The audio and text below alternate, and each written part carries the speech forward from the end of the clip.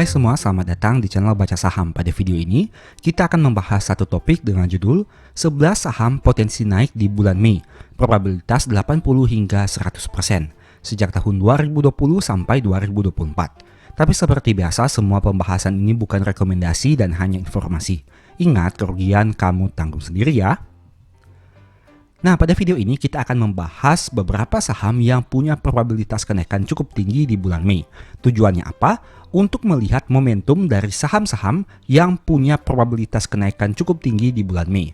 Bulan Mei biasanya dikenal dengan bulan di mana harga saham cenderung turun. Tapi ternyata ada beberapa saham yang harganya malah cenderung naik. Hal itu mungkin saja bisa digunakan sebagai kesempatan bagi sebagian orang, terutama untuk mereka yang melakukan trading. Berikut ini kriteria pemilihan sahamnya. Yang pertama, punya probabilitas kenaikan 80 hingga 100% di bulan Mei. Kedua, periode waktu yang digunakan sejak tahun 2020 sampai tahun 2024. Ada juga mulai tahun 2021. Dengan kata lain, 4-5 tahun ke belakang. Ketiga, perusahaan masih mampu mencetak laba. Dan tentu saja, disclaimer on, semua saham yang disebutkan bukan rekomendasi dan hanya sebagai informasi saja. Untung rugi, kamu yang tanggung sendiri. Nah, sekarang mari kita langsung masuk saja kepada nama-nama sahamnya. Saham pertama adalah saham CPIN, di mana jika kamu lihat sini, untuk periode tahun 2020 hingga tahun 2024, di bulan Mei probabilitas kenaikannya adalah 80%. Artinya, dalam 5 tahun terakhir, 4 kali naik dan hanya 1 kali turun. Penurunan sebesar 4,2% yang terjadi di tahun 2021. Sedangkan untuk kenaikan terbesar di tahun 2020 yang pernah naik hingga 25,54%. Tapi sayangnya secara tahunan, sejak tahun 2020 hingga tahun 2025 selalu mengalami penurunan alias kenaikannya 0% karena setiap tahun terus turun. Saham kedua adalah saham Silo, di mana jika kamu lihat di sini probabilitasnya juga 80% di bulan Mei dengan penurunan 4,6% yang pernah terjadi di tahun 2023, sedangkan untuk kenaikannya pernah mencapai 8,6% yang terjadi di tahun 2022.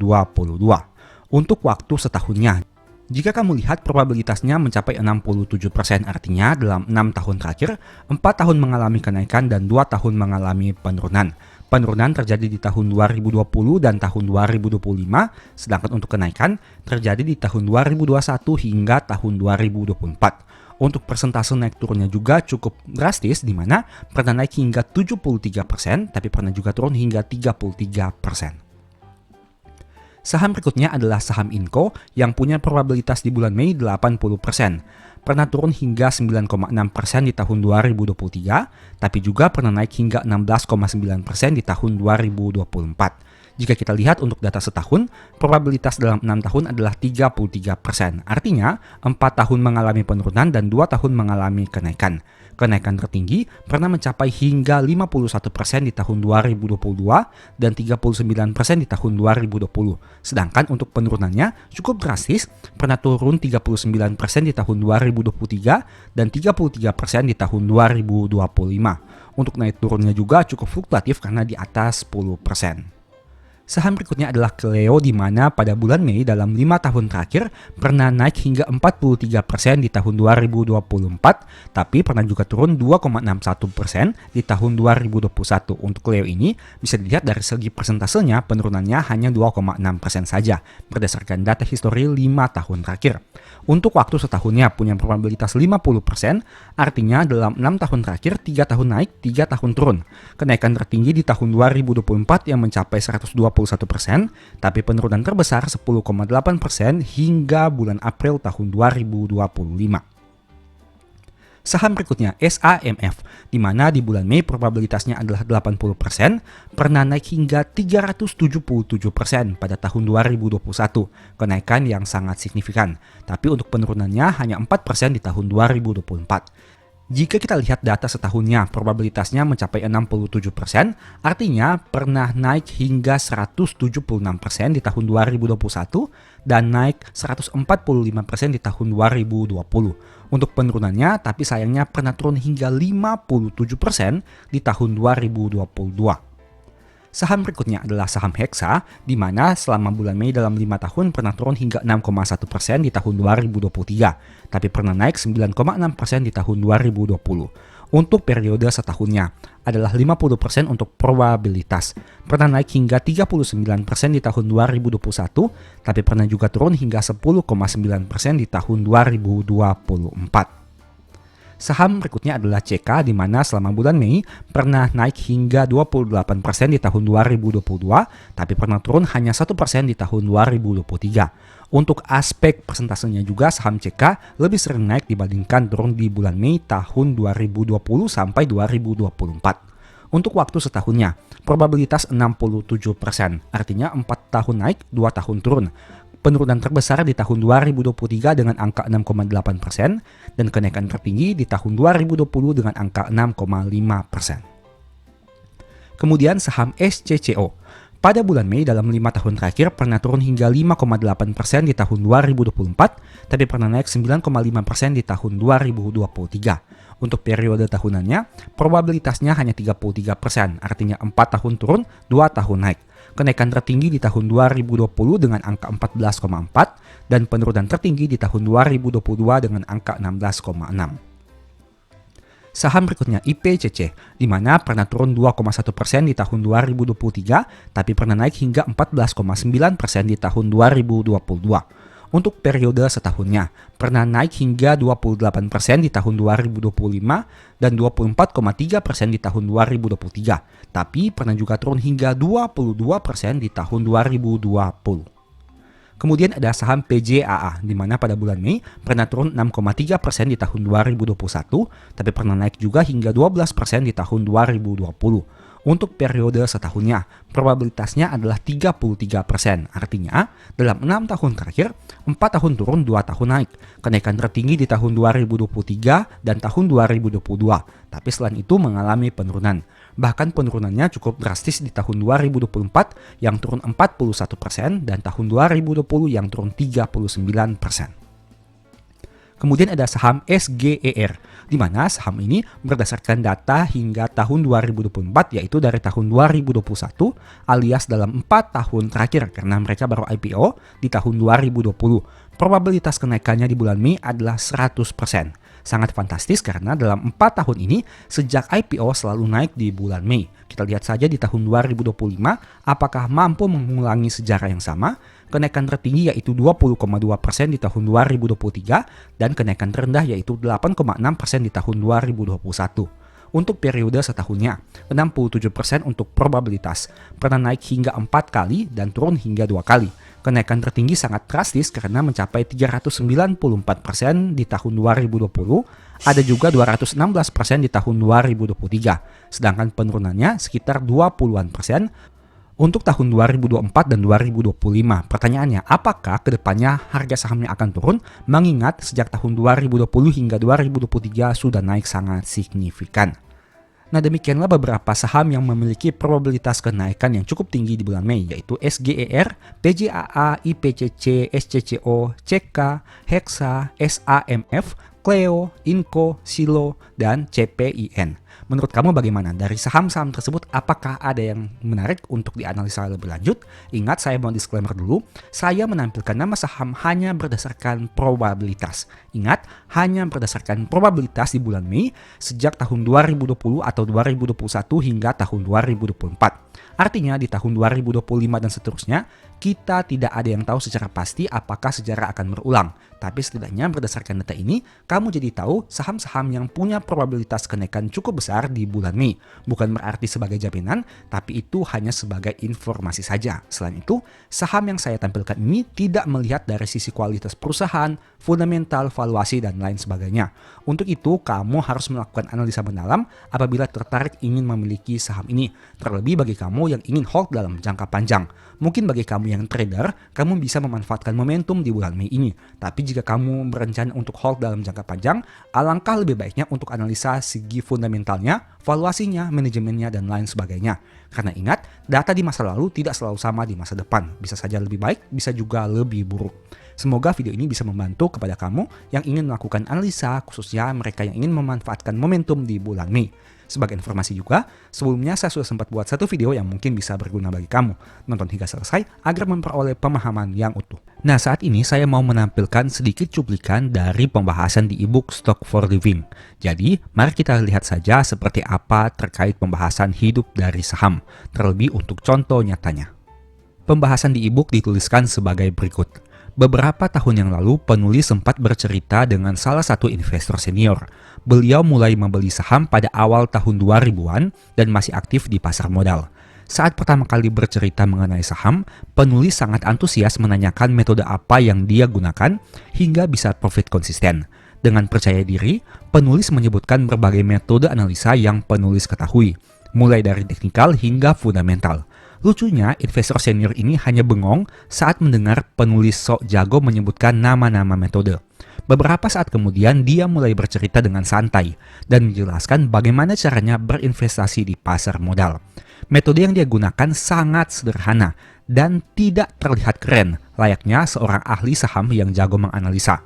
Sejak awal tahun 2000-an, investor senior ini hanya fokus dengan saham BBCA dan berpatokan pada aspek PBV. Dia terus mengikuti laporan keuangan BBCA, melihat pertumbuhan aset bersih atau ekuitas perusahaan, dan kemudian dibandingkan dengan pergerakan sahamnya. Saat harga naik melebihi pertumbuhan nilai buku, dia jual. Saat harga turun melebihi penurunan nilai buku, dia beli. Bagaimana hasilnya? Anda bisa lihat sendiri kinerja saham BCA dalam 20 tahun terakhir. Harga sahamnya sudah naik berkali lipat dan tentunya berdampak pada peningkatan kekayaan pemegang sahamnya, termasuk investor senior yang penulis kenal ini. Di umur yang tidak lagi muda, dia bisa menjadi full-time investor dan memenuhi kebutuhan hidup hanya dengan dividen yang diterima setiap tahun dari saham BBCA. Dia menjelaskan bahwa jika misalnya nanti dividen yang diterimanya kurang, dia hanya perlu menjual sedikit saja sahamnya untuk memenuhi kebutuhan hidup. Setahu penulis, investor senior ini sudah tidak lagi memiliki penghasilan lain di luar saham. Dulu dia memang memiliki beberapa properti seperti apartemen dan rumah untuk disewakan, tapi kini sudah dijual untuk dibelikan saham. Menurutnya, keuntungan dari pasar modal jauh lebih besar dibanding keuntungan dari menyewakan properti.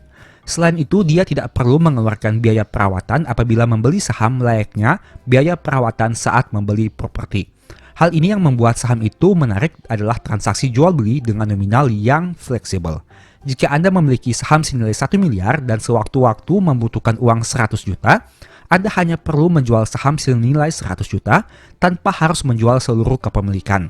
Sebaliknya, meski hanya memiliki uang 10 juta, Anda sudah bisa membeli berbagai macam saham dan menjadi investor atau trader di pasar modal. Hal tersebut tentu berbeda jika diimplementasikan pada investasi properti. Jika Anda memiliki properti senilai 1 miliar dan sewaktu-waktu membutuhkan uang 100 juta, Anda tentu tidak bisa hanya menjual properti itu sebagian, misalnya hanya jual pintunya, garasi mobil, atau pagarnya saja. Selain itu, Anda belum bisa membeli properti apabila hanya memiliki uang 10 juta. Terlepas dari kelemahan properti dari aspek likuidasi, investasi ini juga sebenarnya memiliki kelebihan. Apabila membeli properti, aset tersebut bisa dijadikan tempat tinggal atau disewakan. Apakah saham bisa dijadikan sebagai tempat tinggal atau disewakan? Tentu tidak kan? Terlepas dari berbagai perdebatan tentang dua instrumen ini, saham dan properti memiliki poin plus minusnya masing-masing. Semua kembali lagi kepada karakter Anda, apakah lebih cocok membeli saham atau properti. Kita kembali kepada pembahasan tentang investor senior yang penulis temui beberapa tahun lalu. Investor ini merupakan bukti nyata bahwa profesi full-time investor sangat mungkin untuk dicapai. Anda tidak perlu menjadi profesor saham yang mengerti semua aspek dari A sampai Z untuk bisa sukses di pasar modal. Cukup fokus kepada metode sederhana, pelajari seluk-beluknya, dan dilatih dengan konsisten dari waktu ke waktu. Kebanyakan investor atau trader pemula hanya fokus mencari metode tersakti dan pada akhirnya membuang banyak waktu karena terus mengganti-ganti metode tanpa ada tujuan yang jelas. Semakin rumit metode tidak menjamin profit akan semakin besar. Jadi jika boleh menggunakan metode yang simple, kenapa harus dipersulit?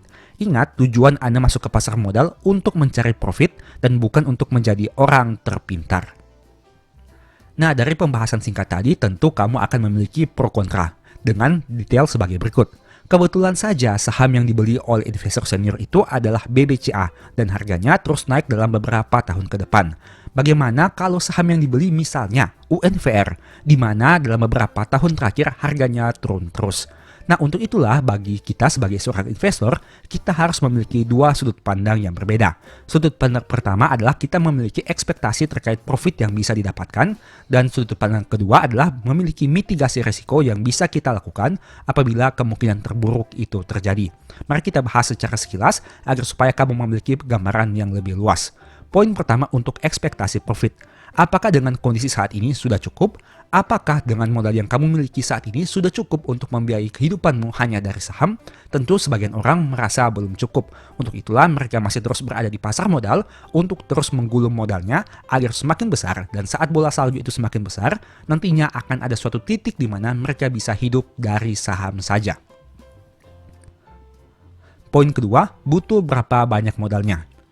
Ini merupakan salah satu kunci penting apabila kamu ingin bercita-cita hidup dari saham saja, entah itu dari dividen atau dari capital gain. Kamu harus menghitung berapa banyak modal yang kamu butuhkan agar supaya bisa memenuhi kehidupan kamu, tentunya dengan ekspektasi return atau persentase profit yang masih masuk akal. Poin ketiga, berapa lama waktu yang dibutuhkan? Selain modal, kamu juga harus menghitung berapa lama waktu yang kamu harus habiskan atau korbankan untuk bisa mengumpulkan modal yang ideal. Tentu saja setiap orang punya waktunya berbeda-beda. Ada mungkin yang hanya butuh waktu 1 tahun, 5 tahun, 10 tahun, 20 tahun, bahkan lebih. Tapi yang jelas, kamu bisa memiliki kira-kira time frame kamu untuk melakukan hal yang kamu impikan itu berapa lama dari sekarang.